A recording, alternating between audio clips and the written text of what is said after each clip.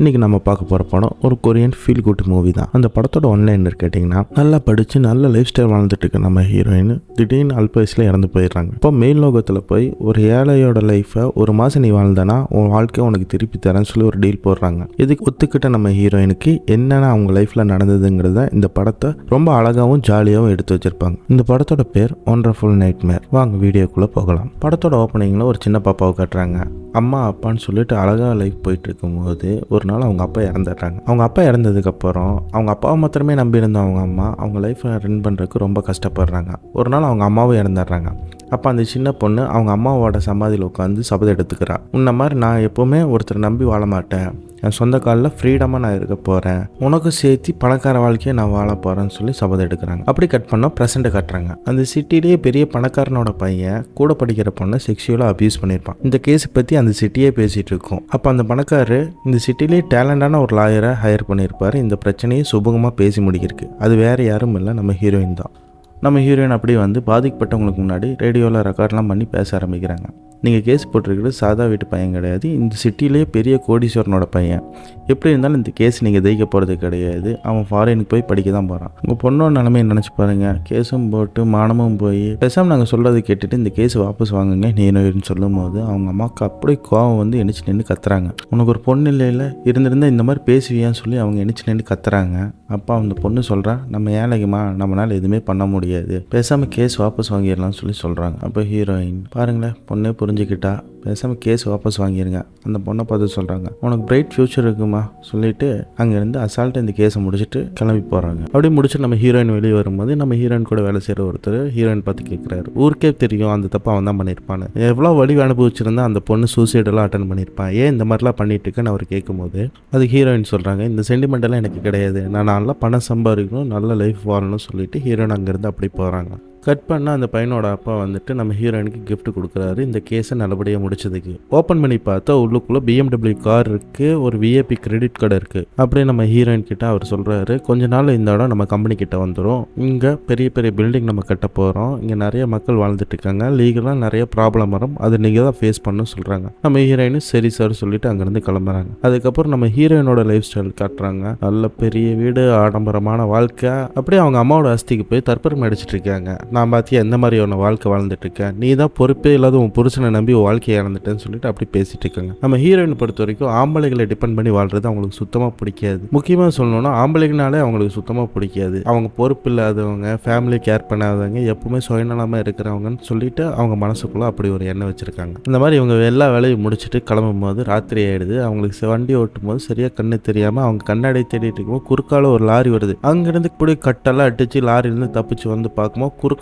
ஒரு பூனை வருது. அப்படி வண்டி அப்செட் ஆகி விழுந்துடுறாங்க. கண்ணு முழிச்சு பார்த்து நம்ம ஹீரோயின் ஒரு புது இடத்துல உட்காந்துட்டு இருக்காங்க. அங்கே இருக்கிறவங்களாம் சுற்றி இருக்கிறவங்களாம் நல்லா வெல்கம் பண்ணி வாங்க வாங்கன்னு சொல்லி கூட்டிகிட்டு போகிறாங்க. நம்ம ஹீரோயின் கையிலேயே ஒரு டோக்கன் இருக்குது. நம்ம ஹீரோயினுக்கு ஒன்றும் புரியாமல் கையில் இருக்கிற டோக்கனை கொடுத்துட்டு அங்கே ஒரு ரிசப்ஷன் இருக்கும், அங்கே போய் இங்கே என்ன இடம் என்னது ஏதுன்னு ஹீரோயின் கேட்கும்போது உங்கள் பேர் சொல்லுங்கன்னு சொல்லி அங்கே இருக்கிற பொண்ணு கேட்குறாங்க. அப்போ நம்ம ஹீரோயின் ஊரும் பேரும் எல்லாமே சொல்கிறாங்க. அப்படி அந்த பொண்ணோட மூஞ்சியே மாறுது. ஒரு நிமிஷம் இருமா வந்துடுறேன்னு சொல்லிட்டு அந்த பொண்ணும் ஆஃபீஸ் ரூமுக்குள்ளே போகிறாங்க. அந்த ஆஃபீஸில் சொட்டையாக ஒருத்தர் உட்காந்துட்டு இருக்காரு. அவர் தான் அங்கே இருக்கிற சீஃப் போல இருக்கு. அங்கே இருக்கிற ஒருத்தனை கண்டபடியாக பிடிச்சி திட்டிட்டு இருக்காரு. ஏன் திட்டுறாருன்னா, ஒரு மாசத்துக்கு அப்புறம் சாக வேண்டியவனை கொன்று சொர்க்கத்துக்கு அனுப்பியிருக்காங்க. இப்போ சொர்க்கத்துலேருந்து இவரை பிடிச்சி கேள்வி கேட்கறதா சொல்லி அந்த ஆளை பிடிச்சி செம்ம கிழிச்சிட்டு இருக்காங்க. அந்த சமயம் பார்த்து அந்த பொண்ணு வந்து கையில் இருக்கிற டேபை கொண்டு வந்து நீட்டுறாங்க. இந்த மாதிரி ஒரு பொண்ணு வந்திருக்கா, அந்த பொண்ணு சாக வேண்டியவங்களே கிடையாது, நம்ம இடத்துக்கு வந்திருக்காங்கன்னு சொல்லிட்டு இருக்கும்போது அவ்வளோதான், நம்மளை முடிச்சு விட்டீங்க போங்கன்னு சொல்லிட்டு நம்ம சீஃபு தலையில் கை வச்சு உட்காராங்க. அப்போ அந்த பொண்ணு சொல்கிறாங்க, நம்ம தான் இன்னி அவனுக்கு சாவை கன்ஃபார்ம் பண்ணல, இன்னி அவங்க கோமா ஸ்டேஜில் தான் இருக்காங்க, எப்போ வேணாலும் திருப்பி அனுப்பலாம்னு சொல்கிறாங்க. அப்போ தான் நம்ம சீஃப்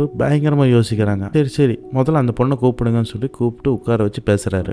அதுக்கப்புறம் நம்ம ஹீரோயினை கூப்பிட்டு உட்கார வச்சுட்டு, வாங்க மேடம் உங்களுக்கு என்ன பிரச்சனை சொல்லிட்டு நம்ம சீஃப் கேட்குறாரு. உடனே நம்ம ஹீரோயின், நான் எதுக்கு இங்கே இருக்கேன், இது என்ன இடம் அப்படின்னு கேட்குறாங்க.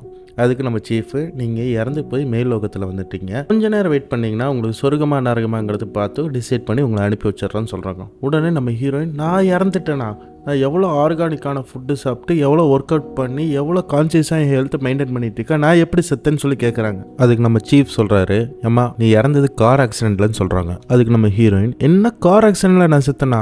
நான் ஒரு BMW காரில் போயிட்டு இருந்தேன், அது எவ்வளோ காஸ்ட்லியான கார் தெரியுமா, அதில் எவ்வளோ சேஃப்டி செக்யூரிட்டி இருக்குன்னு தெரியுமான்னு சொல்லி கேட்குறாங்க. அதுக்கு நம்ம சீஃப் சொல்கிறாரு, நீ எவ்வளோதான் ஆர்கானிக்கான ஃபுட்டு சாப்பிட்டு எவ்வளோதான் ஒர்க் அவுட் பண்ணி எவ்வளோதான் காஸ்ட்லியான காரில் போனாலும் உன் டைம் முடிஞ்சதுன்னா இந்த இடத்துக்கு வந்து தான் ஆகணும்னு சொல்கிறாரு. சரி விடுமா, இங்கே வர நிறைய பேத்துக்கு இந்த மாதிரி தான் கன்ஃபியூஷனாக இருக்கும், கொஞ்ச நேரம் வெயிட் பண்ணு, உனக்கு சொர்க்கமாக நரகமாக பார்த்து டிசைட் பண்ணி உன்னை அனுப்பிடுறான்னு சொல்கிறாங்க. அதுக்கு நம்ம ஹீரோயின் சொல்கிறாங்க, ப்ளீஸ் எப்படியாவது என்னை பூமிக்கு அனுப்புங்கன்னு சொல்லி கெஞ்சி கேட்குறாங்க. அதுக்கு நம்ம சீஃப் சொல்கிறாங்க, உன்னை பார்க்கவும் எங்களுக்கு பாவமாக தான் இருக்குது, சரி எங்கள் மேல் உலகத்தில் ஒரு வேலை ஒன்று வச்சுருக்கோம், அந்த வேலை நீ செஞ்சுன்னா உன்னை பூமிக்கு அனுப்புறதை பற்றி நாங்கள் யோசிக்கிறோம் சொல்லி கேட்குறாங்க. எந்த வேலையாக இருந்தாலும் செய்கிறேன், பரவாயில்ல நீங்கள் சொல்லுங்கள் நான் பண்ணுறேன்னு சொல்கிறாங்க. அது ஒன்றும் இல்லாமல் 1 மாதத்துக்கு அப்புறம் சாக வேண்டிய ஒரு பொண்ணை இப்போவே நம்ம ஆளுங்க உசுரை எடுத்துட்டாங்க. அதுக்கு பதிலாக நீ போய் அந்த உடம்புல நீ 1 மாதம் தங்கினா நீ மறுபடியும் உன் வாழ்க்கை வாழ்கிறத பற்றி நாங்கள் யோசிச்சு ஒரு முடிவு எடுக்கிறோன்னு சொன்னாங்க. என்ன சொல்கிறீங்க, நான் எப்படி இன்னொரு உடம்புல போய் வேறு வாழ்க்கையை வாழ்கிறதுன்னு சொல்லி ஹீரோயின் யோசிக்கும் போது, பரவாயில்லம்மா இந்த வேலையை செய்கிறதுக்கு நிறைய பேர் க்யூவில் வெயிட் பண்ணிட்டு இருக்காங்க, நான் அவங்கள வச்சு இந்த வேலை வாங்கிக்கிறேன்னு சொல்லும்போது, இல்லை எவ்வளோ கஷ்டமாக இருந்தாலும் இந்த வேலையை நான் பண்ணுறேன்னு சொல்கிறாங்க. உடனே நம்ம சீஃப் இவங்க கிட்ட கையெழுத்து வாங்கிட்டு ஆக வேண்டிய வேலையை பாருங்கன்னு சொல்லி நம்ம ஹீரோயினை அனுப்பி விடுறாங்க. அப்படியே நம்ம ஹீரோயினை கூட்டிகிட்டு போய் இந்த மிஷினில் கை வைன்னு சொல்கிறாங்க. நம்ம ஹீரோயின் மிஷினில் கை வைக்கும்போது அப்படியே கட் பண்ணால் இன்னொரு வீட்டில் நம்ம ஹீரோயின் கண் முழிக்கிறாங்க. அதுவும் பக்கா மிடில் கிளாஸ் வீடாக இருக்குது.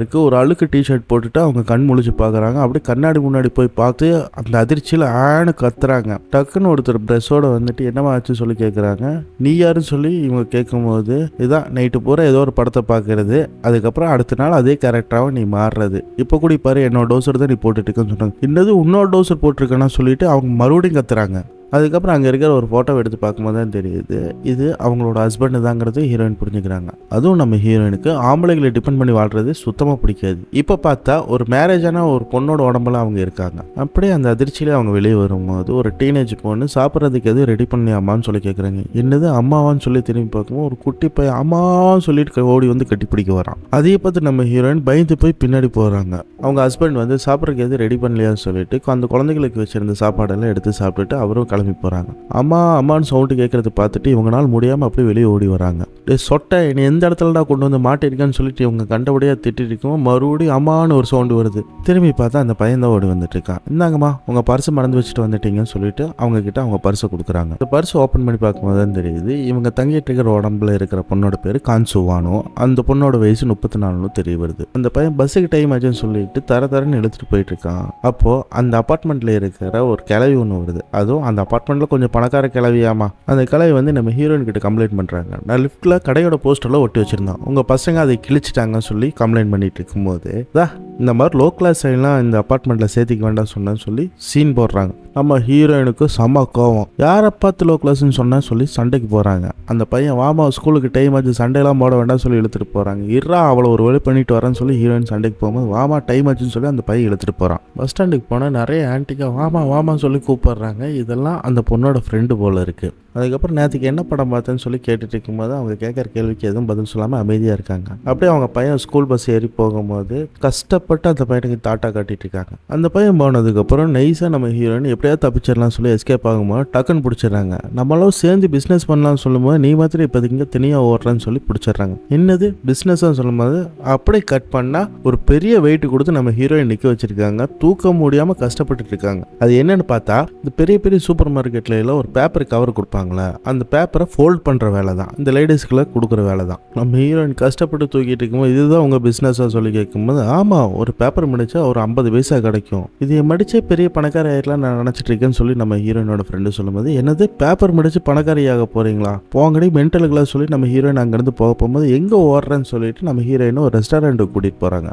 ஹீரோயினுக்கு அந்த மாதிரி இடத்துல உட்காந்து சாப்பிட்டு பழக்கமலை போல இருக்கு. அன்கம்ஃபர்டபுளாக உட்காந்துட்டு இருக்காங்க. அப்போ அவங்களுக்குள்ள பேசிட்டு இருக்கும்போது தான் ஒரு விஷயம் புரியுது. ஹீரோயின் ஒரு பொண்ணோட உடம்புல இருக்காங்களா, அந்த பொண்ணுக்கு 18 வயசுல கல்யாணம் இருக்குன்னு தெரிய வருது. நம்ம ஹீரோயினும் சரியான ஃபெமினிஸ்ட், ஆம்பளைகளை டிபெண்ட் பண்ணி வாழக்கூடாதுன்னு சொல்லிட்டு இருக்கிறவங்க இந்த மாதிரி 18 வயசுல ஒரு பொண்ணுக்கு கல்யாணம் இருக்குன்னு சொல்லி பாத்ரூமில் போய் அவங்க கல்யாண மோதிரத்தை கழட்டுறதுக்கு முயற்சி பண்ணிட்டு இருக்காங்க. அந்த நேரம் பார்த்து நம்ம மேலோக சீஃப் வராங்க. மேடம் என்ன பண்றீங்கன்னு சொல்லி கேட்கும்போது டக்கு நம்ம ஹீரோயின் பயந்துடுறாங்க. ஒரு டீல் போட்டு அனுப்பும்போது ப்ராப்பராக எதுவும் சொல்ல மாட்டிங்களா? இந்த பொண்ணுக்கு 18 வயசுல கல்யாணம் இருக்கு, டீனேஜில் ஒரு பொண்ணு இருக்குது, இன்னொரு பையன் வேறு இருக்கா. இதில் இந்த பொண்ணோட ஃப்ரெண்டுக்கு வேறு மொக்கையாக போட்டு சாவடிக்குதுங்க. சொல்லும்போது மேடம் இதுதான் டீலு, இந்த பொண்ணோட வாழ்க்கையை தான் நீங்கள் வாழணும். உங்களுக்கு விருப்பம் இருக்கோ விருப்பம் இல்லையோ 30 நாளைக்கு இந்த பொண்ணோட வாழ்க்கை தான் நீங்கள் வாழ்ந்தாகணும். அதை விட்டுட்டு உங்கள் லைஃப் ஸ்டைலு உங்கள் வாழ்க்கையை கொண்டு வந்துட்டு இந்த பொண்ணோட வாழ்க்கையில் நீங்கள் சேர்த்தக்கூடாது. அந்த மாதிரி ஏதாவது பண்ணால் பெரிய பிரச்சனை ஏறும் நம்ம சீஃப் சொல்லும்போது, அதெல்லாம் முடியாதுன்னு சொல்லும்போது, பரவாயில்ல மேடம், உங்களை சொர்க்கத்துக்கும் நரகத்துக்கும் நான் அனுப்பி விட்டுறேன், இந்த வாழ்க்கையை வாழ்றதுக்கு நிறைய பேர் தயாராக இருக்காங்கன்னு சொல்லும்போது, இல்லை சொல்லி நம்ம ஹீரோயின் பயந்து நானே இந்த வாழ்க்கையை வாழ்ந்துக்கிறேன்னு சொல்லிட்டு ஒத்துக்கிறாங்க. அப்படியே ஒரு இடத்துல உட்காந்து நம்ம ஹீரோயின் யோசிக்கிறாங்க, உனக்கு 18 வயசில் கல்யாணம் ஆயிடுச்சு, 2 குழந்தைகளை பெற்றுக்கிட்டு குடும்பத்துக்கு வேண்டியே வாழ்ந்துட்டு இருந்திருக்கேன், உன்ன மாதிரிலாம் என்னால் வாழ முடியாது, எனக்கு ஏற்ற மாதிரி தான் நான் வாழ போகிறேன்னு சொல்லிட்டு சூப்பர் மார்க்கெட் போகிறாங்க. அங்கே இருக்கிற ஹைஃபையான துணி க்ளாசெட் அவங்களுக்கு தேவையான எல்லா பொருட்களையும் வாங்கிட்டு ஸ்ட்ரைட்டாக வந்து கிரெடிட் கார்டு நீட்டுறாங்க. உடனே இந்த கிரெடிட் கார்டில் பேலன்ஸ் முடிஞ்சிருச்சுன்னு சொல்கிறாங்க. ஐயோ சொல்லிவிட்டு சரி கேஷ் தரேன்னு சொல்லி கேஷ் எடுத்து பார்க்குறாங்க. கேஷும் ரொம்ப கம்மியாக இருக்குது, அவங்க எடுத்த பொருள் அளவுக்கு இவங்ககிட்ட கேஷ் இல்லை. சரி கையில் என்ன கேஷ் இருக்கோ அதுக்கு இவங்க பொருள் வாங்கிட்டு இருக்காங்க. அந்த நேரம் பார்த்து இவங்களுக்கு ஒரு ஃபோன் வருது, எங்கடி இருக்க, உன் பையன் வந்து ரொம்ப நேரம் ஆச்சுன்னு சொல்கிறாங்க. ஐயோன்னு சொல்லி இவங்க அடிச்சு பிடிச்சி ஓடி வரும்போது அவங்க பையன் அப்படியே மறைச்சு பார்க்குறாங்க. பார்க்காதப்பா நானே அதே நிலமையில தான் இருக்கேன்னு சொல்லிட்டு பையனை கூப்பிட்டு லிஃப்ட்டில் ஏறாங்க. லிஃப்ட்டில் பார்த்தா அந்த பணக்கார கிளவி ஏறுது. உடனே ஹீரோயின் கிட்ட பார்த்துட்டு, என்ன ரொம்ப சீப்பான பொருளை வாங்கிட்டு போயிட்டு இருக்க? ஆமாம், எங்கள் சூப்பர் மார்க்கெட்டில் எல்லாமே காஸ்ட்லியான பொருள் தான் இருக்கும், உன்னால் அதை அஃபோர்ட் பண்ணி வாங்க முடியாதுல்ல சொல்லிட்டு அந்த கிளவி இறங்கி போகும்போது நம்ம ஹீரோயின் செமையாக காண்டாடுறாங்க. இந்த கிளவியில் என்னை கலாய்க்கிற நிலைமைக்கு என் வாழ்க்கையாகி போச்சுன்னு சொல்லிட்டு கடுப்பாடுறாங்க. அப்படி நம்ம ஹீரோயின் வந்து வீட்டில் சமைச்சு போட்டிருக்காங்க. அவங்க எப்பவுமே சாப்பிட்ற 5 ஸ்டார் ஹோட்டல் டிஷ்ஷு சமைச்சு போட்டிருக்காங்க. அது எப்படி சாப்பிட்ணுன்னு கூட இவங்களுக்கு தெரியாமல் திருன்னு முழிச்சிட்டு இருக்காங்க. அந்த நேரம் பார்த்து நம்ம ஹீரோயின் சொல்கிறாங்க, இந்த குடும்பத்துக்கு வேண்டி நான் உழைச்சி போட்டு ரொம்ப கஷ்டப்பட்டுட்டு இந்த ஒரு மாதத்துக்கு நான் வெக்கேஷன் போக போகிறேன்னு சொல்லி நம்ம ஹீரோயின் சொல்கிறாங்க. அப்போ அந்த டீனேஜ் பொண்ணு சொல்கிறாங்க, என்ன சொல்கிறீங்க, இந்த பையனை யார் பார்த்துக்குவா, எனக்கு யார் சமைச்சு போடுவான்னு சொல்லி கேட்கும்போது, வீட்டுக்கு வேலைக்காரி வச்சுக்கலாம்னு சொல்லி நம்ம ஹீரோயின் சொல்கிறாங்க. அதுக்கு அந்த பொண்ணு சொல்கிறான், உங்களுக்கு ஆக்டிங் காசு போகிறதுக்கு காசு இல்லை, எனக்கு ஃபீஸ் கட்டுறதுக்கு காசு இல்லை, இப்போ வீட்டுக்கு வேலைக்காரி வைக்கிறதுக்கு மாதிரி காசு இருக்கான்னு சொல்லிட்டு அந்த பொண்ணு கோவப்பட்டு வெளியே போகிறான். அந்த சமயம் அந்த பொண்ணோட ஹஸ்பண்ட், ஏமா நீ அந்த படத்துலேருந்து வெளியே வரலையா, விளையாடாம வாமா சீக்கிரமாக போய் தூங்கலாம்னு சொல்லிட்டு அவரும் கிளம்பி போயிடுறாங்க. என்ன விளையாடுறேன்னா சொல்லிட்டு நம்ம ஹீரோயினும் பார்க்குறாங்க. கட் பண்ண ஹீரோயின் பெட்ரூம்குள்ளே போகிறாங்க. போனோடனே நம்ம ஹீரோ கேட்குறாங்க, பசங்களாம் தூங்கியாச்சும் கேட்குறாங்க. இப்போ தூங்கியாச்சு ஏன் கேட்குறாங்க கேட்கும்போது பக்கத்தில் போய் ரொமான்ஸ் பண்ண ட்ரை பண்ணுறாரு. டக்கு நம்ம ஹீரோயின் கிறுக்கு பிடி போட்டு தூக்கி வீசுகிறாங்க. இதோ பார், இனிமேல் இந்த மாதிரி பண்ணானா மரியாதை கெட்டு போயிடும். 18 வயசை பொண்ணை ஏமாற்றிட்டு ஒரு 4 செவத்துக்குள்ளே அடைச்சி வச்சுட்டு என் வாழ்க்கையை நாசம் பண்ணிட்டேன், இதுக்கு மீறி உனக்கு ரொமான்ஸ் கேட்குதான்னு சொல்லி நம்ம ஹீரோயின் திட்டுறாங்க. நம்ம ஹீரோ அப்படி ஒரு மாதிரி சங்கடமாகறாரு. ஏன் இதை பற்றி இவ்வளோ நாள் எங்கிட்ட சொல்லணும்னு சொல்லும்போது, எனக்கு இப்போ தான் சொல்லணும்னு தோணுச்சுன்னு சொல்லிட்டு அங்கே இருக்கிற பெட்டு தலைகாணிலாம் தூக்கிட்டு நம்ம ஹீரோயின் போய் ஹாலில் படுக்கிறாங்க. எப்படியும் இந்த ராத்திரி கடத்திட்டோம், இன்னும் 29 நாள் தான் இருக்குது சொல்லிட்டு நம்ம ஹீரோயின் இருக்காங்க. அப்படியே கட் பண்ண அடுத்த நாள் காட்டுறாங்க. நம்ம ஹீரோ வந்து அவன் ஃப்ரெண்டுக்கிட்ட நடந்ததெல்லாம் சொல்லிட்டு புலம்பிகிட்டு இருக்கும்போது அவன் ஃப்ரெண்டு சொல்கிறான், நல்லா பார்த்துக்க மச்சான், ஒய்ஃபுக்கு யாரு கூடயாச்சும் அஃபர் இருக்க போகுதுன்னு சொல்லி கொளுத்தி போடுறான்.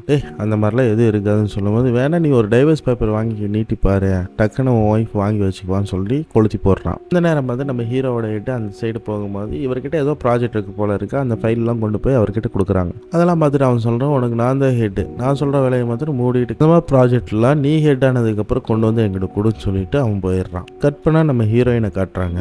நம்ம ஹீரோயினோட ஃப்ரெண்ட்ஸ், அதாவது அந்த ஆண்டி கூட உட்காந்துட்டு இருக்காங்க. வேண்டாம் வெறுப்பா. அப்போ அங்கே இருக்கிற ஒரு ஆண்டி வந்துட்டு இந்த பெட்டிஷனில் ஒரு கையெழுத்து போடுன்னு சொல்கிறாங்க. எதுக்குன்னு கேட்கும்போது, ஒரு பெரிய கம்பெனி வந்துட்டு நம்ம இருக்கிற இடமெல்லாம் இடிச்சிட்டு பெரிய சூப்பர் மார்க்கெட் கிட்ட போடுறாங்களாமா, அதை எதிர்த்து தான் நம்ம இந்த பெட்டிஷன் போட போகிறோம்னு சொல்லும்போது நம்ம ஹீரோயினுக்கு அவங்க செஞ்சுட்டு இருந்த வேலை டக்குன்னு ஞாபகத்துக்கு வருது. டக்குன்னு அவங்க வீட்டுக்கு போகிறாங்க. ஏன்னா அவங்க வீட்டோட பாஸ்வேர்டு அவங்களுக்கு தெரியுமில்ல. அவங்க வீட்டுக்கு போய் அவங்க செய்ய வேண்டிய வேலையெல்லாம் பார்த்துட்டு ஒரு கிரெடிட் கார்டை எடுக்கிறாங்க. அதாவது படத்தோட ஸ்டார்டிங் சைடில் ஒரு பெரிய பணக்காரன் ஒரு கிரெடிட் கார்டு கொடுத்துருப்பான்ல, அதை எடுத்து பார்க்குறாங்க. ஒரு பெரிய மாலுக்கு போய் லக்ஸுரியான ட்ரெஸ் எடுக்கிறாங்க, கோட் எடுக்கிறாங்க, அவங்களுக்கு பிடிச்ச எல்லா திங்ஸும் வாங்குறாங்க. அப்படி கட் பண்ண நம்ம ஹீரோயினோட டீனேஜ் பண்ண கட்டுறாங்க. அவன் படிக்கிற ஸ்கூலில் ஒரு பணக்கார பையன் கூட ஒரு ஃப்ரெண்ட்ஷிப் ஏற்படுது. அப்படியே இந்த சைடு பார்த்தா அந்த குட்டி பையனை காட்டுறாங்க. அந்த குட்டி பையன் சொல்கிறேன், எங்கள் அம்மா 2-3 நாளாக சரியா இல்லை, கொஞ்சம் வியர்டாக நடந்துக்கிறாங்கன்னு சொல்லிட்டு சங்கடப்பட்டுட்டு இருக்கான். அப்போது பக்கத்தில் இருக்கிற பொண்ணு சொன்னேன், எங்கள் அம்மாவும் இந்த மாதிரி நடந்துக்கிறாங்க.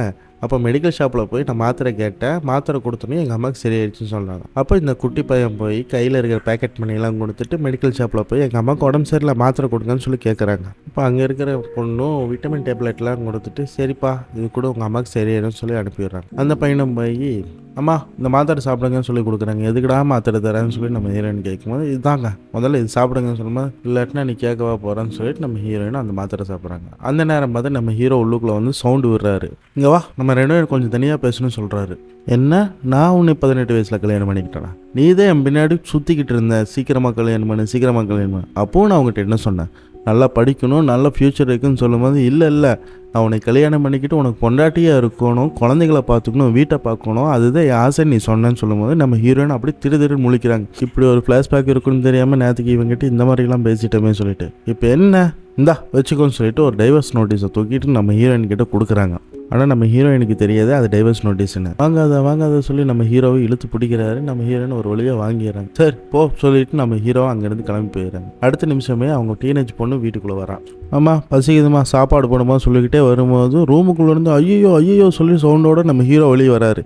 என்னென்னு பார்த்தா 6 மாத சம்பளத்தில் கோட் எடுத்துகிட்டு வந்திருக்கியாடி சொல்லி திட்டிகிட்டு இருக்காங்க. அப்போ நம்ம ஹீரோயின் நான் உங்கள் காசில் வாங்கல என் காசில் வாங்கினான்னு சொல்லும்போது நம்ம ஹீரோ அப்படி பார்க்குறாரு. நம்ம இவ்வளோ நாள் இந்த மாதிரி வாழலையே பின்ன புதுசாக பேசிகிட்டு இருக்கேன்னு சொல்லிட்டு இருக்கும்போது காலிங் பில் அடிக்குது. பார்த்தா போலீஸு வேற ஒருத்தவங்களோட கிரெடிட் கார்டு இவங்க யூஸ் பண்ணனால போலீஸ் ஸ்டேஷனில் கூட்டிகிட்டு போய் விசாரிச்சுட்டு இருக்காங்க. இப்போ நம்ம ஹீரோயின் என்னென்னமோ சொல்லி மலுப்பு பார்க்குறாங்க. அவங்க என் ஃப்ரெண்டு தான், அவங்க தான் இந்த கிரெடிட் கார்டு கொடுத்து எனக்கு யூஸ் பண்ண சொன்னாங்கன்னு சொல்லும்போது போலீஸுக்கு இது நம்புற மாதிரியே தெரியல. நம்ம ஹீரோயினை மறுபடியும் டேமேஜ் பண்ணுறாங்க. நீங்கள் ஒரு திருடின்னு சொல்கிற மாதிரி டேமேஜ் பண்ணுறாங்க. இதை கேட்ட டென்ஷனாக நம்ம ஹீரோ போலீஸ் கிட்ட லா பாயிண்ட்லாம் பேசுகிறாங்க. நானும் அந்த லாயரும் ஒரே காலேஜில் தான் படித்தோம். அன்றைக்கி ஒரு நாள் அவங்க எங்கள் வீட்டுக்கு வரும்போது எங்கள் ஏழ்மை நிலைமையை பார்த்துட்டு இந்த கிரெடிட் கார்டு கொடுத்துட்டு போனாங்கன்னு சொல்லும்போது நம்ம ஹீரோவோட பேக்ரவுண்டில் எடுத்து செக் பண்ணுறாங்க. இவர் லா காலேஜில் ட்ராப் அவுட் ஆனவருங்கிறதுலாம் தெரிய வருது. உடனே போலீஸ் சரி சார் நீங்கள் போய்க்கிங்க சொல்லி அனுப்பி விடுறாங்க. அப்படியே 2 பேரும் வெளியில் நடந்து வந்துட்டு இருக்குமா நம்ம ஹீரோ டக்குன்னு ஹீரோயினை பற்றி கேட்குறாங்க. நான் உன்னை நல்லா தானே பார்த்துக்கிறேன்னு சொல்லி கேட்கும்போது ஹீரோயின் எந்த பதில் பேசாமல் இருக்காங்க. உனக்கு வேறு ஏதாவது அஃபேர் இருக்கான்னு சொல்லி கேட்கும்போது சேச்சா அந்த மாதிரிலாம் எதுவும் இல்லைன்னு ஹீரோயின் சொல்கிறாங்க.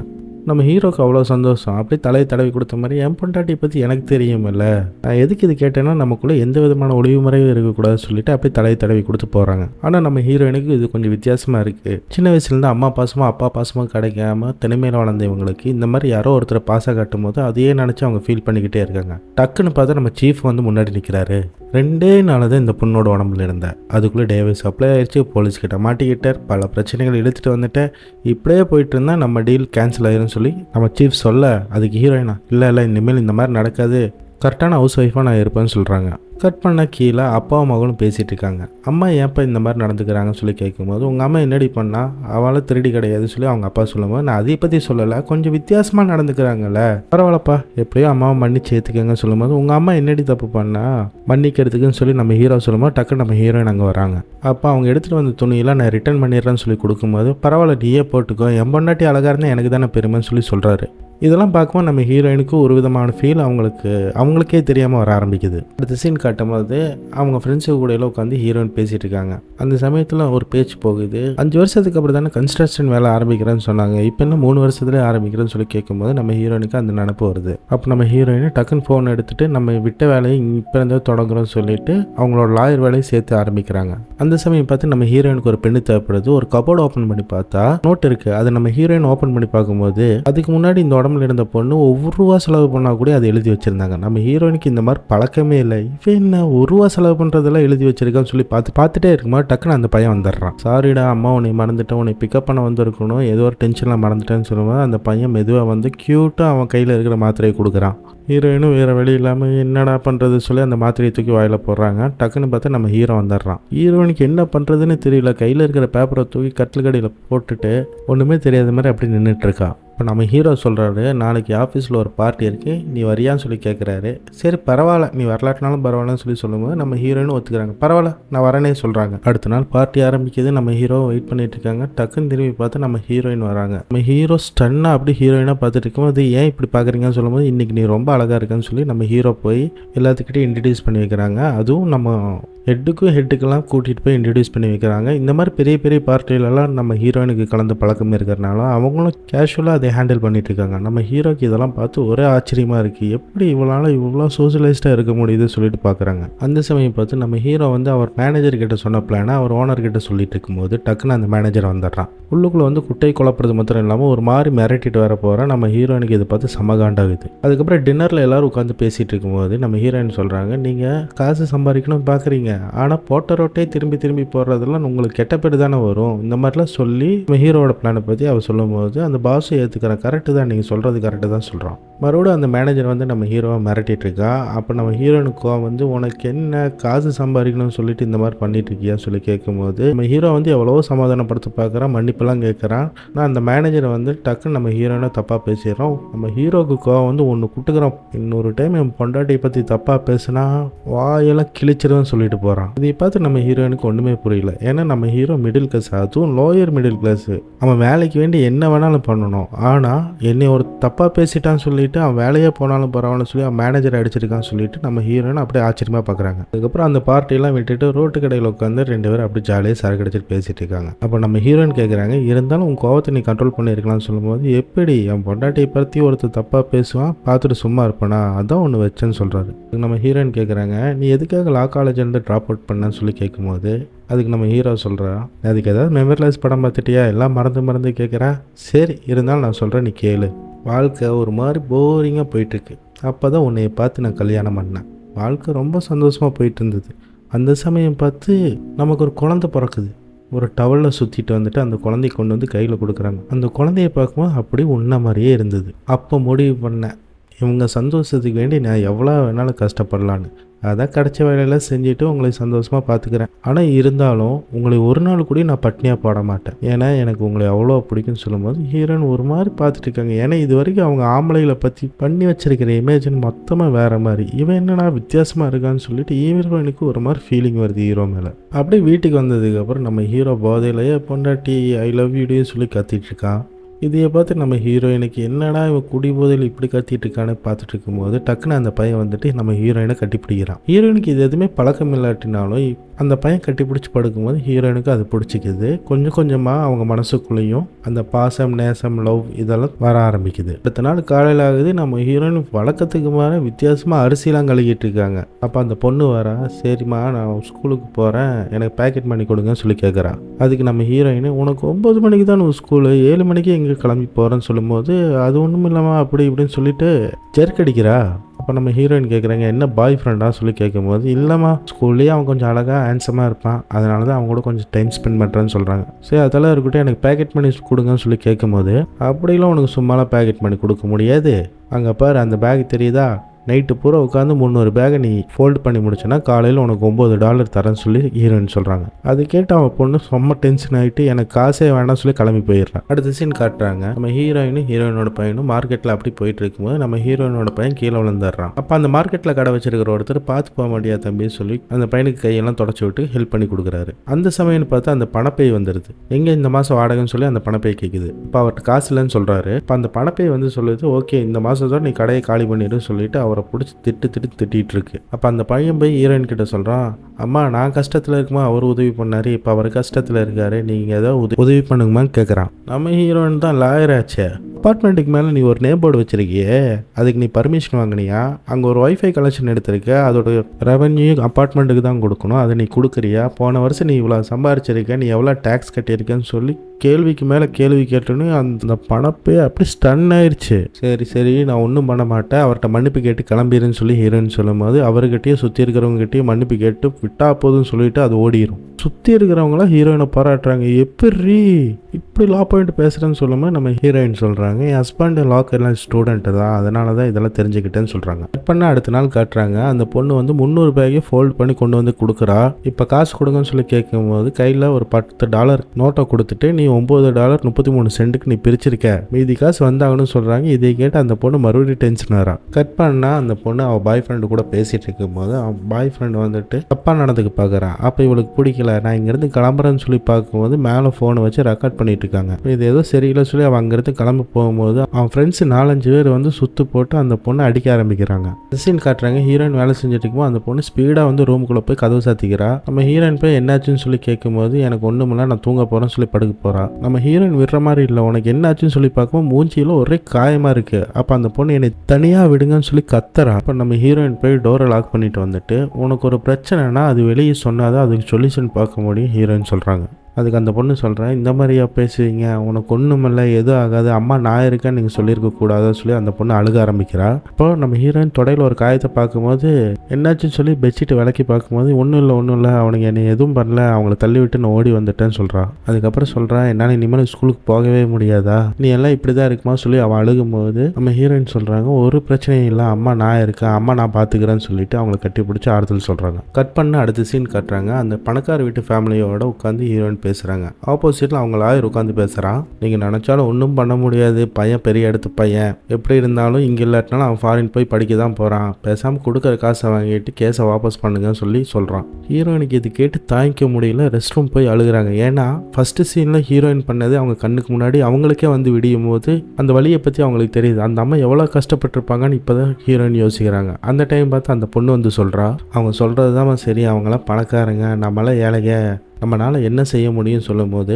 அதுக்கு நம்ம ஹீரோயின் சொல்கிறோம், ஆமாம் நம்ம ஏழைக்கு தான், அதுக்காக எதிர்த்து சண்டை போடாமல் நம்மளால் இருக்க முடியாதுன்னு சொல்லிட்டு போகிறாங்க. மறுபடியும் போய் நம்ம ஹீரோயின் பேச ஆரம்பிக்கிறாங்க. அந்த லாயரை பேச வர்றாங்க. அந்த லாயர் மறுபடியும் சொன்னதே சொல்கிறாங்க, பையன் பெரிய எடுத்த பையன், ஆப்ராடுக்கு போய் படிப்பான், அவன் ஜாலியாக இருப்பான், அந்த கோர்ட்டு கேஸு அணைஞ்சு உங்கள் பொண்ணோட ஃபியூச்சர் தான் நாசமாக போகும்னு சொல்கிறான். அதுக்கு நம்ம ஹீரோயின், ஏன் உங்கள் பையன் தான் ஆப்ராட் போவானா, ஏன்னு சொல்லும், நான் அனுப்புனா நீ போக மாட்டேன்னு சொல்லி ஜோப்லேருந்து அந்த ரெக்கார்டரை தூக்கி வெளியே வைக்கிறாங்க. உடனே அங்கே இருக்கிறவங்களாம் மேடம் மேடம் என்ன பண்ணுறீங்கன்னு சொல்லி கேட்கும்போது நம்ம ஹீரோயின் பேசுறாங்க, இங்க வேறு சட்டமெல்லாம் உங்களுக்கு தான் தெரியுமா, எனக்கும் தெரியும். அப்போ அந்த லாயர் சொல்கிறான், கோர்ட்டு கேஸ்ன்னு போச்சுன்னா உங்கள் பொண்ணோட ஃபியூச்சர் போயிடும், இழு தட்டிக்கும்னு சொல்லும் போது எனக்கும் சட்டமெல்லாம் தெரியும், இழு தட்டிக்கட்டும், ஆனால் உன் பையனோட லைஃப்பை நான் நாசமாக்க விட மாட்டேன். எங்கே ஆப்ரோட் போவியா, ட்விட்டர் ஃபேஸ்புக்கில் எங்களுக்கு யூஸ் பண்ண தெரியும் தம்பி, எங்கே போனாலும் அட்டம்ப்ட் ரேபிஸ்ட்டுன்னு உன்னை முத்தரை குத்தி தான் உன்னை அனுப்புவேன், உன் லைஃபையே நாசமாக்கிட்டு தான் நான் விடுவேன்னு சொல்லிட்டு அங்கேருந்து கெத்தாக கிளம்பும் போது சுற்றி இருக்கிறவங்களாம் கெஞ்சுறாங்க. ஆனால் அந்த பையன் மாத்திரம் அப்படி திமிராக பேசுகிறான், உன் பொண்ணு ரொம்ப நல்லவ பாரு, நான் கூப்பிட்டுட்டு என் வீட்டுக்கு வந்தவன் தானே அப்படி அவன் சொல்லவும் நம்ம ஹீரோனுக்கு செம்ம டென்ஷனாகி அவன் மேலே ஏறி உட்காந்து முட்டியை பிடிச்சிட்டு, ஏன்னா நீ கூப்பிட்டனே ஒரு பொண்ணு உன் பின்னாடி வந்தானே மோசமான பொண்ணுங்கிறியா, அவள் வர்றது உன் மேலே வச்சிருக்கிற நம்பிக்கையில் தான்டா, ஒழுக்கமாக அவகிட்ட சாரி கேளுன்னு சொல்லும்போது சாரின்னு அவள் கத்துறான். கட் பண்ண அடுத்த சீன் காட்டுறாங்க. அந்த பொண்ணு சொல்கிறா, கொஞ்ச நாளாக நீ கொஞ்சம் வித்தியாசமாக நடந்துக்கிட்ட, ஆனால் நீ செம சூப்பர்மா சொல்லி சொல்கிறல சாஞ்சுக்கிறா. இந்த மாதிரிலாம் ஃபீல் நம்ம ஹீரோயின் அனுபவிச்சது இல்லை, அப்படியே அவங்களுக்கு கொஞ்சம் வித்தியாசமாக ஃபீல் பண்ணுறாங்க, அவங்க இது என்ஜாய் பண்ணுறாங்க. சரி இது இசாக்கா வச்சு அந்த பேகை மடிக்கிறது விட்டுறாத நம்ம ஹீரோயின் சொல்லும்போது அவள் பொண்ணு சொல்கிறா, நீ சரியான மூடு ஸ்பாய்லர்மா சொல்லிட்டு அங்கே சிரித்து அம்மாவும் மகளும் சந்தோஷமாக இருக்காங்க. அடுத்த சீன் பார்த்தா நம்ம ஹீரோயின் பக்கா மிடில் கிளாஸ் ஒய்ஃபாகவே மாறிடுறாங்க. அவள் பொண்ணை நல்லா பார்த்துக்கிறாங்க, புருஷனுக்கு நல்லா சமைச்சு போடுறாங்க, அவங்க ஃப்ரெண்ட்ஸோட நல்லா டைம் ஸ்பெண்ட் பண்ணுறாங்க. எந்த அளவுக்குன்னா அவங்க பழைய வாழ்க்கையை மறந்துட்டு இந்த வாழ்க்கையை என்ஜாய் பண்ண ஆரம்பிக்கிறாங்க. அப்படி ஒரு நாள் புருஷனுக்கும் அவன் பொண்ணுக்கும் தாட்டா காட்டிகிட்டே இருக்கும்போது டக்குன்னு நம்ம சீஃப் பின்னாடி வந்து நிற்கிறாங்க. நல்லா இந்த லைஃப் என்ஜாய் பண்ணுறீங்க போல இருக்கு, சரி இன்னும் ஒரு வாரம் தான் இருக்குன்னு சொல்லிட்டு போகலான்னு வந்தேன்னு சொல்லும்போது இந்த விஷயத்தை ஹீரோயினால் ஏற்றுக்கவே முடியல. இவ்வளோ அன்பான கணவன், இவ்வளோ அழகான குழந்தைங்க, ஒரு அழகான வாழ்க்கையை எப்படி இந்த பொண்ணு இறந்து போகிறான்னு சொல்லும்போது நம்ம சீஃப் சொல்கிறாங்க, அவ்வளோதாங்க மனுஷ வாழ்க்கைங்கிறது ரொம்ப ஷார்ட்டு, அதுக்குள்ளே தான் இந்த போராமல் போட்டி வெறுப்பு எல்லாத்தையும் நம்ம விதைச்சி வாழ்ந்துட்டுருக்கோம், எல்லாத்துக்கிட்டையும் ஒரு அழகான வாழ்க்கையை கொடுத்துருக்கோம், அது யாருமே யூஸ் பண்ணிக்காமல் இருக்காங்கன்னு சொல்லும்போது நம்ம ஹீரோயினால் ஏற்றுக்கவே முடியல. அது எப்படி முடியும், அழகான குடும்பத்தை விட்டுட்டு அவங்களால எப்படி போக முடியும்னு சொல்லி கேட்கும்போது அதுதான் விதி, ஒரு மனுஷனுக்கு டைம் முடிஞ்சிருச்சுன்னா அவ்வளோதான் சொல்லி நம்ம சீஃப் சொல்லும்போது, நீ ஒரு வாரம் தான் அந்த பொண்ணோட வாழ்க்கை இருக்காங்க கேட்கும்போது அந்த ஒரு வாரத்தை நீ அழகாக மாற்றி காட்டுன்னு சொல்லி சீஃப்க்கு அங்கேருந்து கிளம்பிடுறாங்க. ஆனால் நம்ம ஹீரோயினுக்கு இருக்கிற ஒரே தாட் என்னன்னா, இந்த ஃபேமிலி விட்டுட்டு போகிறதுக்கு அவங்களுக்கு சுத்தமாக மனசு இல்லை, அந்த பணக்கார வாழ்க்கையெல்லாம் வேண்டாம், இந்த ஃபேமிலியோடையே சந்தோஷமாக வாழ்ந்துடலாங்கிற மாதிரி அவங்க எண்ணத்துக்கு போயிட்டாங்க. அப்படின்னா நம்ம ஹீரோவை கட்டுறாங்க.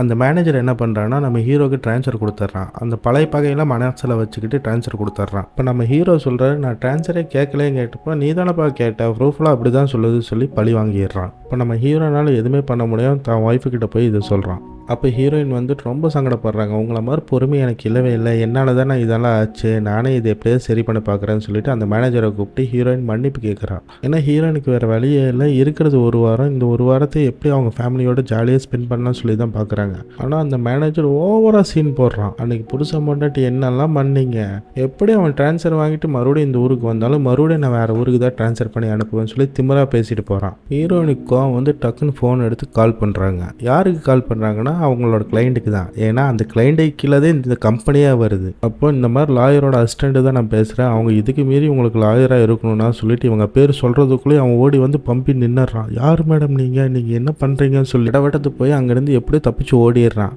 எப்படி இந்த பிரச்சனையை ஹீரோயின் சால்வ் பண்ணிட்டாங்க. அதே சமயத்தில் அந்த சின்ன பையனை காட்டுறாங்க. டக்குன்னு அவன் மயங்கி விழுந்துடுறான். கூட்டிகிட்டு போய் ஹாஸ்பிட்டலில் கூட்டிகிட்டு போய் காட்டும் போது டாக்டர் சொல்கிறாங்க இவன் கண்ணில் தான் பிரச்சனை, அதனால தான் கண்ணு சரியாக தெரியாமல் இதில் இடித்து மயங்கி விழுந்திருக்கான். இது திடீர்னு வந்த பிரச்சனை கிடையாது, பரம்பரையாக வர பிரச்சனை சொல்லி டாக்டர் சொல்கிறாங்க. அந்த சமயத்தில் தான் ஹீரோயினுக்கு ஞாபகம் வருது, இந்த பிரச்சனை ஹீரோயினோட பரம்பரையில் தான் வந்திருக்கும். சின்ன வயசில் ஹீரோயினுக்கு இந்த ப்ராப்ளம் வந்திருக்கும். அவங்க அம்மா கஷ்டத்தில் இருந்தாலும் எப்படி காசு செலவு பண்ணி அதை சரி பண்ணி வச்சுருப்பாங்க. அந்த சமயம் பார்த்து சீஃப் வரும்போது என்னங்க டிசைன் இது, அவனுக்கு நான் வெறும் 1 மாதத்துக்கு டெம்பரவரி அம்மாவாக தானே வந்தேன், என்னோட பரம்பரை நோய் எதுக்கு அவனுக்கு வரணும்னு சொல்லி கேட்கும்போது இது எல்லாமே கர்மா தான், நீ செஞ்ச பாவத்துக்கு வேண்டி உன் குழந்தைக்கு வருது, 1 மாதத்துக்கு நீ அம்மாவாக இருந்தாலும் உன் பரம்பரை நோய் அவனுக்கு வந்திருக்குன்னு சொல்லி சொல்கிறாங்க. இப்போ நம்ம ஹீரோயின் கதறி அழுகிறாங்க. என்னை எங்கே வேணாலும் அனுப்புங்க, நரகத்துக்கு வேணாலும் அனுப்புங்க, நான் செஞ்ச பாவத்துக்கு, என்னால் அந்த சின்ன பையனோட லைஃப்பை ஸ்பாயில் பண்ணிடாதீங்கன்னு சொல்லி அழுதுட்டு இருக்கும்போது நம்ம ஹீரோ மொட்டை மாடிக்கு வராரு. அப்படி ஹீரோயினை சமாதானப்படுத்தி வீட்டுக்கு கூட்டிகிட்டு போயிடுறாங்க. அப்போ நம்ம ஹீரோயின் அந்த சின்ன பையனை கட்டி பிடிச்சி அழுதுகிட்டே சில விஷயங்கள் பேசுகிறாங்க. நான் சின்ன வயசுலேருந்து அப்பா இல்லாமல் தான் வளர்ந்தேன், எங்கள் அம்மா கஷ்டப்பட்டு என்னை வளர்த்துனாங்க, எங்கள் அம்மாவும் அந்த கஷ்டம் தாங்காமல் இறந்து போயிட்டாங்க, இதனாலே எங்கள் அப்பா மேலே கோவம் வந்து அவங்க கிட்ட இருந்த ஃபோட்டோ துணி எல்லாத்தையும் எரித்து நான் தனியாகவே வாழ்ந்து பழகிட்டேன்.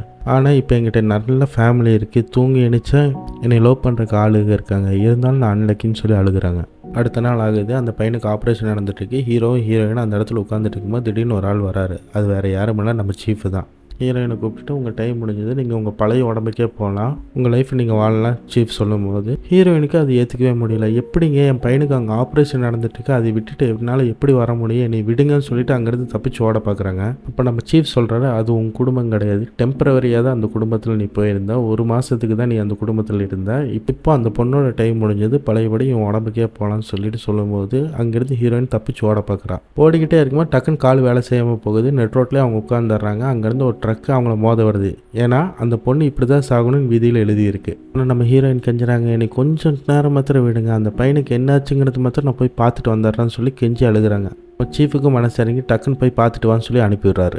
ஹீரோயின் உள்ளுக்குள்ளே வரும்போது நம்ம ஹீரோ சொல்கிறேன் ஆப்ரேஷனால் நல்லபடியாக முடிஞ்சிருச்சு, அவன் ரெஸ்ட் எடுத்துகிட்டு இருக்கான்னு சொல்லும்போது அவன் பொண்ணு வரா. நம்ம ஹீரோ சரி நான் கிளம்புறேன், ஒரு சின்ன வேலை இருக்குன்னு சொல்லி கிளம்பி போகும்போது அவங்க பொண்ணுக்கிட்ட ஹீரோயின் சொல்கிறாங்க, நீ தைரியமாக இருக்கணும், அப்பாவையும் தம்பியும் நல்லா பார்த்துக்கணும், எதையை பார்த்து பயப்படக்கூடாதுன்னு சொல்லி கட்டி பிடிச்சி பேசுகிறாங்க. ஆனால் அந்த பொண்ணுக்கு எதுவுமே புரியாமல் என்னம்மா நேரத்துக்கு ஏதாவது படம் பார்த்தியா சொல்லிட்டு அவள் போயிடுறா. அடுத்ததான் ஹீரோயினை அவன் பையனை போய் பார்க்க போகிறான். ஆனால் நம்ம ஹீரோயின் போகிறதுக்கு முன்னாடியே அந்த பையன் அம்மானு சொல்லி கூப்பிட்றான். நம்ம ஹீரோயினுக்கு அழுகையை கண்ட்ரோல் பண்ண முடியல. அந்த பையன்கிட்ட போய் இங்கே பாரு, அப்பா அக்கா சொல்கிறதெல்லாம் கேட்டு சமத்தாக நடந்துக்கணும், குறும்பெல்லாம் பண்ணக்கூடாதுன்னு சொல்லும்போது அந்த பையன் சொல்கிறான், சரிம்மா நான் சமத்தாக நடந்துக்கிறேன், நீங்கள் எங்கே போனாலும் சீக்கிரமாக வந்துருங்கன்னு சொல்லி அவன் அனுப்பி வைக்கிறான். அப்படியே வெளியே வரும்போது நம்ம ஹீரோ உட்காந்துட்டு இருக்காங்க. அப்படியே நம்ம ஹீரோ பக்கத்தில் போய் உட்காந்துட்டு ஒரே டைம் என்னை ஹனின்னு கூப்பிடுங்கன்னு சொல்லி சொல்கிறான். உனக்கு என்னாச்சு? சரி ஹனின்னு சொல்லிட்டு ஹீரோ கூப்பிட்றான். சரி உனக்கு என்னாச்சுன்னு சொல்லி கேட்கும்போது ஒன்றுமில்ல, பசங்களையும் பொண்ணையும் நல்லா பார்த்துக்குங்க, நான் போயிட்டு வர வரைக்கும் பத்திரமா பார்த்துக்குங்கன்னு சொல்கிறான். ஓகே நீ கடைக்கு போயிட்டு வர வரைக்கும் பசங்களை நான் பத்திரமா பார்த்துக்கிறேன், உனக்கு என்னாச்சுன்னு சொல்லும்போது அவங்க எதுவுமே பேசாமல் அங்கேருந்து கிளம்பி போகிறாங்க. அப்படின்னு நம்ம ஹீரோயின் அழுதுகிட்டே கிளம்புறாங்க. இந்த பாசம் நேசம் குழந்தைங்க லவ்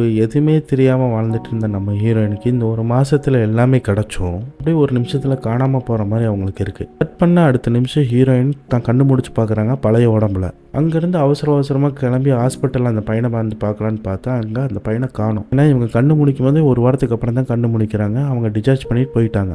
அடுத்தது அப்பார்ட்மெண்ட்டில் போய் பார்த்தாலும் அவங்கள காணும். அவங்களால இதை ஏற்றுக்கவே முடியல. அப்படியே வர்றாங்க, அவங்க பழைய லைஃப்லாம் நினச்சி பார்க்குறாங்க, அந்த ஆன்டிஸ் கூட உட்காந்து பேசினதெல்லாம் நினச்சி பார்க்குறாங்க, அந்த பஸ் ஸ்டாண்ட்லேருந்து அந்த பையனை பிக்கப் பண்ணதெல்லாம் நினச்சி பார்க்குறாங்க. கட் பண்ண அடுத்த சீனில் அவங்க லாயர் ஃப்ரெண்டு கூட உட்காந்து பேசிகிட்டு இருக்காங்க. அந்த ஃபஸ்ட்டு சீனில் நீ ஏன் இந்த மாதிரி தப்பு பண்ணுறேன்னு சொல்லி கேட்ட லாயர்கிட்ட பேசிகிட்டு இருக்காங்க. அந்த ரெக்கார்டர் கையில் கொடுத்துட்டு இனிமேல் இந்த கேஸ் நீ பார்த்துக்கோ, அவன் மண்ண தப்பில் இதில் ரெக்கார்டு இருக்குது, அவனுக்கு எப்படியாவது தண்டனை வாங்கி கொடுன்னு சொல்லும்போது நீ எங்கே போகிறேன்னு சொல்லும்போது நான் நிறைய விஷயத்தை இழந்துட்டேன், பெரிய விஷயமாகவே இழந்துட்டேன், இனிமேல் நான் இந்த வேலையும் பார்க்க போகிறதில்ல, இந்த ஊரில் இருக்க போகிறதில்ல சொல்லிட்டு அவங்க வீட்டையெல்லாம் காலி பண்ணிவிட்டு கிளம்பி போயிட்டுருக்காங்க. அந்த சமயத்தில் அவங்க அம்மாவோட பழைய ஃபோட்டோ ஒன்று கிடைக்கிது. அந்த ஃபோட்டோலாம் அவங்க அப்பா ஃபோட்டோவை ஃபோல்டு பண்ணி வச்சுருப்பாங்க போல இருக்குது. அந்த ஃபோட்டோவை திருப்பி பார்க்கும்போது தான் தெரியுது அது வேறு யாரும் இல்லை, நம்ம சீஃப் தான்.